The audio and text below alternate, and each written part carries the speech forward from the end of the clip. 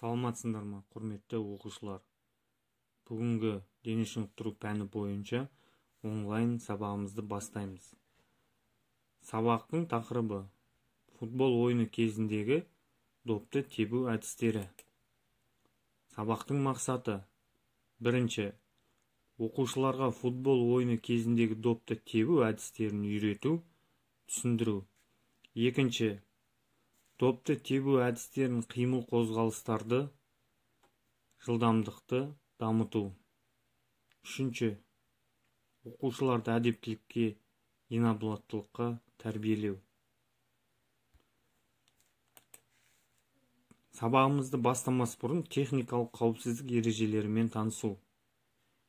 Үй жағдайында жаттығулар орындау кезіндегі қауіпсіздік ережелері. Бірінші, жаттығуларды орындауға арнайы орын таңдау. Екінші, жаттығуларды орындау орнының тазалығы. Үшінші, жаттығуларды орындау кезінде кедергі болатын заттарды алып тастау. Төртінші, денені қыздырынбай жаттығуларды орындамау. Келесі, жалпы дамыту жаттығуларын жасаймыз. Дене жаттығулары сенің ағзаңды жақсы дамытады, денсаулығыңның нығаюына көмектеседі, бұлшықеттер мен сүйектерді нығайтады. Басты алға, артқа, оңға, солға иеміз. Одан кейін басты бір жаққа және басқа жаққа айнала қимылдатамыз. Иықты бөбешікке дейін тартылатындай жоғары көтереміз. Қолдарды жан-жақтан, алақандарды ішке қаратып жоғары көтереміз. Аяқты ұшымен артқа қарай жылжытамыз. Жақсылап бүгілеміз.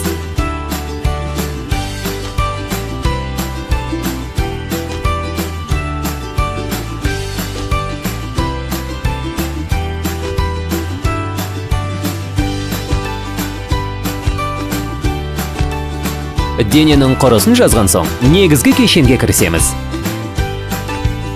Сол қолды жоғары көтереміз. Оң қолды артқа қарай жіберіп, аяқ ұшына тұрамыз. Кейін оң қолды алға көтереміз. Сол қолды артқа қарай жіберіп, аяқ ұшына тұрамыз.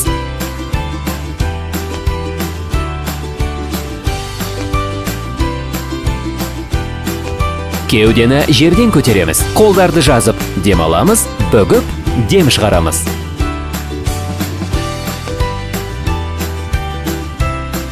Тізелері бүгілген аяқтарды кезектеп көтереміз. Оң тізені сол шынтаққа, сол тізені оң шынтаққа. Оң аяқтың созылған сол қолдың саусақтарына, сол аяқтың созылған оң қолдың саусақтарына сермеулерді орындаймыз. Оң аяқ жаққа ұмтылып, денемен оң жаққа қарай, одан кейін сол аяқ жаққа ұмтылып, денемен сол жаққа қарай бұрыламыз.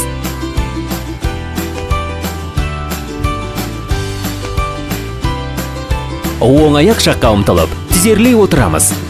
Сол аяқ жаққа да солай жасаймыз. Қолдарды жан-жаққа көтереміз. Бір мезгілде сол аяқ жаққа алшақ ұмтыламыз. Басқа да жаққа солай қозғаламыз. Тізерлей отырғанда дем шығарамыз, жазылғанымызда дем аламыз. Екі аяқта секіреміз. Тез шапшаңдықпен дем алуымыз бір қалыпты. Денені аздап оң жаққа бұрып, оң аяққа еңкейеміз. Кейін жазылып, басқа жаққа да қайталаймыз. Еңкейгенде дем шығарамыз, жазылғанда дем аламыз.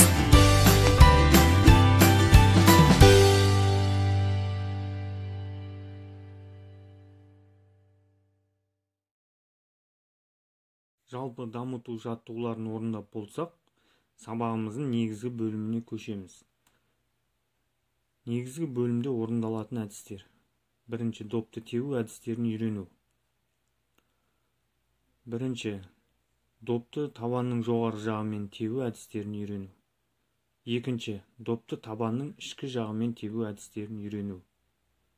Үшінші, допты табанның сыртқы жағымен тебу әдістерін үйрену. Төртінші, допты табанның ұшымен тебу әдістерін үйрену. 5.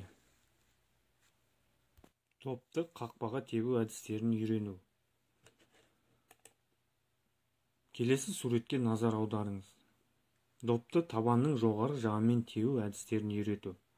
Бұл жерде ойыншы бірінші суретте жүгіріп келіп, допты табанның жоғарғы жағымен тебуді үйрену әдісі көрсетілген. Келесі суретке назар аударыңыз. Табанның ішкі жағымен тебу әдістерін үйрену. Бұл жерде ойыншы допты табанның ішкі жағымен тебу әдісі көрсетілген. Келесі суретке назар аударыңыз. Допты табанның сыртқы жағымен тебу әдістерін үйрену. Бұл жерде ойыншы допты табанның сыртқы жағымен тебу әдісі көрсетілген. Келесі суретке назар аударыңыз. Допты табанның ұшымен тебу әдістерін үйрену. Бұл жерде ойыншы допты аяқтың ұшымен тебу суреті берілген. Келесі суретке назар аударыңыз. Бұл жерде допты қақпаға тебу әдістерін үйрену. Бұл жерде ойыншы өзінің әріптесіне доп беру арқылы әріптесі допты қақпаға қарай бағыттап тебеді.